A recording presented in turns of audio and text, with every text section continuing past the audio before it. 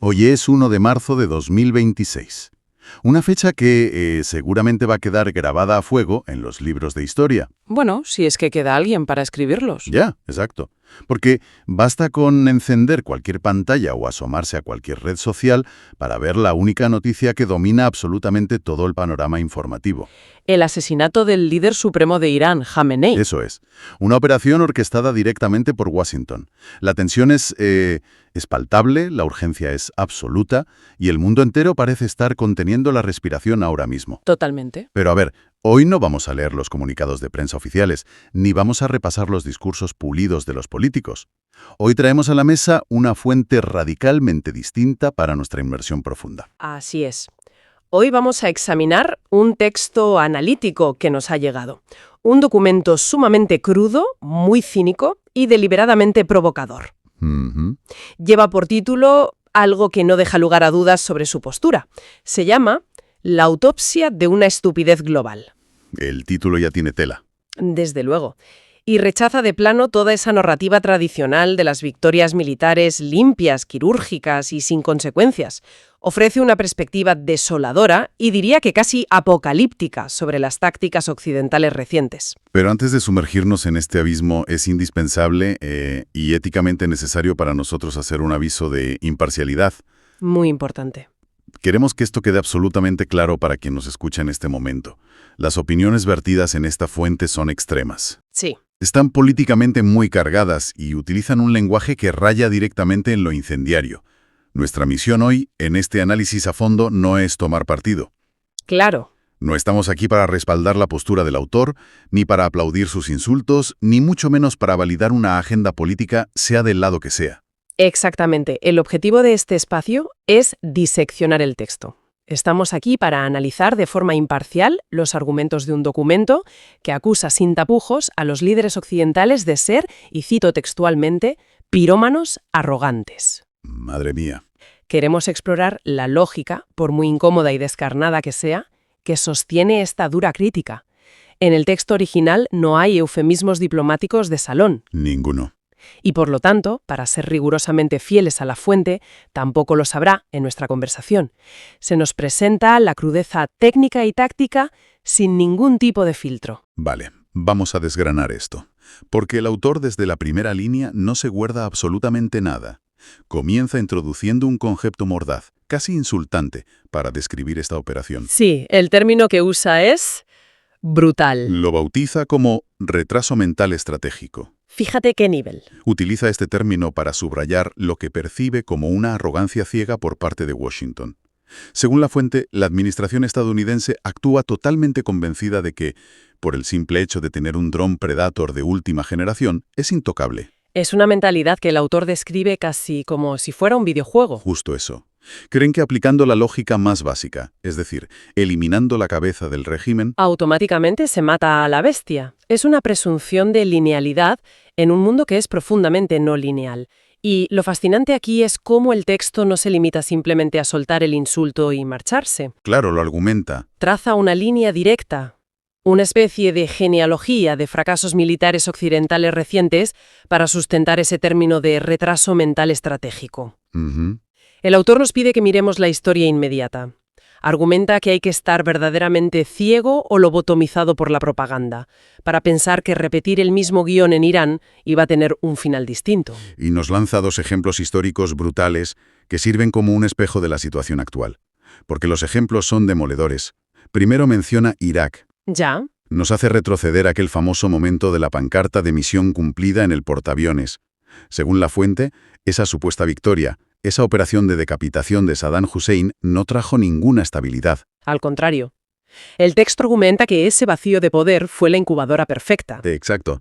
Solo sirvió para engendrar al ISIS y desencadenar 2 décadas de carnicería. La decapitación trajo un baño de sangre monumental, no una transición democrática pacífica. Y ese baño de sangre es exactamente lo que el autor anticipa aquí, pero a una escala infinitamente mayor. Porque el segundo ejemplo es igual de contundente. Libia. Libia. El texto nos recuerda la caída de Gaddafi, una intervención que se vendió a la comunidad internacional con la promesa de democratizar el desierto. Sí, sí. ¿Y cuál es el resultado actual según nuestra fuente? Una inmensa fosa común compuesta por estados fallidos. El autor clava una premisa clarísima. Destruir un liderazgo autocrático usando la fuerza bruta no genera mágicamente democracias al día siguiente. Lo que genera son vacíos de poder colosales, y la naturaleza política en Oriente Medio aborrece el vacío. Totalmente. Ese vacío se llena casi instantáneamente con un caos aún mayor y con actores mucho más radicales, lo cual nos conecta con la conclusión tan cínica que hace el texto sobre el evento de hoy, sobre este 1 de marzo de 2026. Se ríe abiertamente de la idea de que decapitar esta teocracia vaya a hacer que la población salga a recibir a las fuerzas occidentales con flores. Afirma que lo que han hecho es exactamente lo opuesto, a pacificar, es echar bidones de gasolina al fuego. Porque al matar a Jamenei no han desarmado al país, simplemente le han entregado las llaves de un arsenal verdaderamente aterrador. Hablamos de tecnología punta, misiles balísticos hipersónicos, enjambros de drones suicidas. ¿Y a quién le han entregado estas llaves al eliminar a la cúpula tradicional? Pues a la Guardia Revolucionaria, el famoso IRGC. Y aquí es donde el texto marca el punto de inflexión estratégico. Sí, porque describe a los altos mandos del IRGC no como políticos pragmáticos con los que puedas sentarte en una mesa en Ginebra. No son diplomáticos. Los describe como fanáticos radicales absolutos, individuos que no tienen la más mínima intención de negociar concesiones con Occidente. La fuente es escalofriante en este punto. Habla de tipos que ven el colapso del orden mundial no como un daño colateral, sino como un objetivo teológico deseable. Quieren ver el mundo arder en una pira de martirio. Es una premisa para quitar el sueño a cualquiera, de verdad. Pensar que el descabezamiento, en lugar de eliminar la amenaza, la ha desatado por completo. Al quitar a la figura suprema se han eliminado los pocos frenos políticos internos que pudieran haber existido bajo el antiguo liderazgo. Que al fin y al cabo tenía que gestionar la supervivencia del Estado. Ahora la facción más dura tiene el control total de los botones rojos. Eso es. Y esto nos lleva a uno de los conceptos más brillantes del documento. El autor lo define como el choque entre la ignorancia de McDonald's y la cultura del martirio. Es un concepto fascinante. Es una manera muy cínica, pero increíblemente visual de enmarcar este abismo de incomprensión. Es sin duda la crítica analítica más profunda de toda la fuente. Esta idea de la ignorancia de McDonald's se refiere a esa miopía crónica occidental de analizar a los países enemigos como si fueran corporaciones multinacionales. En Wall Street, si despiden al director ejecutivo o hay una adquisición hostil, la empresa sufre, las acciones se desploman y eventualmente la corporación se rinde o quiebra. Claro, aplican la lógica de la junta de accionistas a la geopolítica. Exacto. La fuente destroza a la inteligencia de Occidente por intentar aplicar esta misma lógica capitalista a Irán.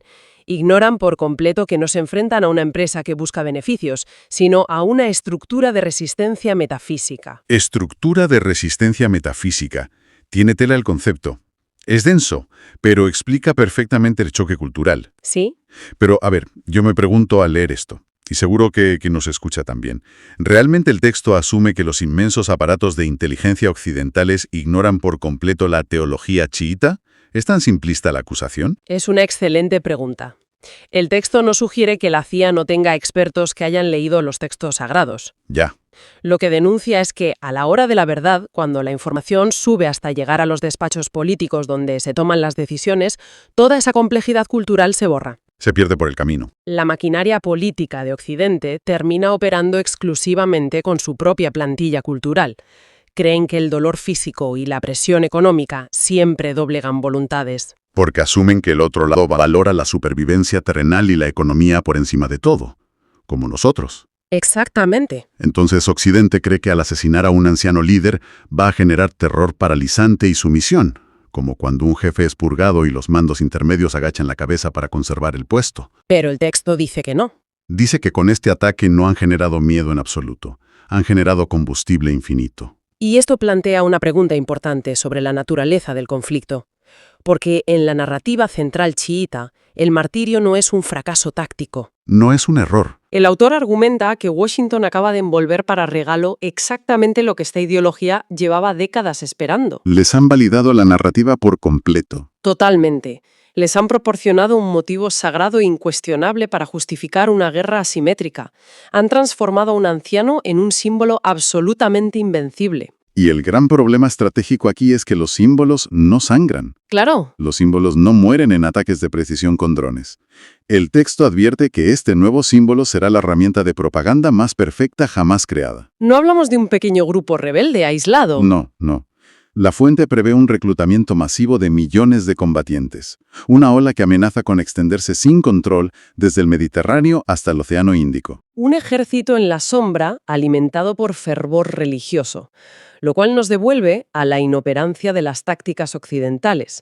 ¿Cómo se gana una guerra convencional contra un sistema en red que se fortalece con el martirio? Es que es imposible. El autor es categórico. Las tácticas convencionales, los bombardeos masivos o los asesinatos selectivos fallan espectacularmente aquí. De hecho, son contraproducentes.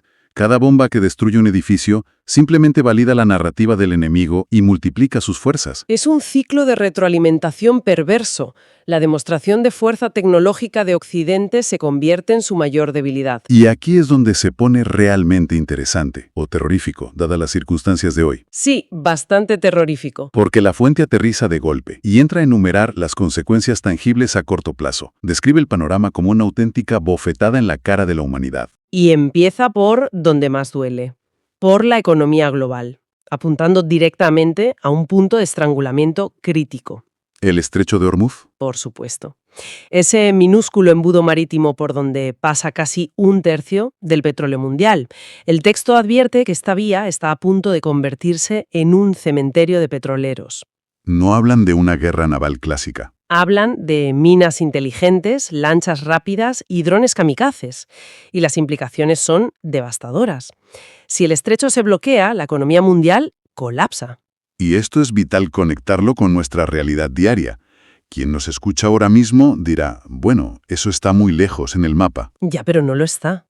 La fuente señala con una crudeza tremenda que las decisiones tomadas por lo que llama ególatras de oficina van a tener un impacto brutal en la calle.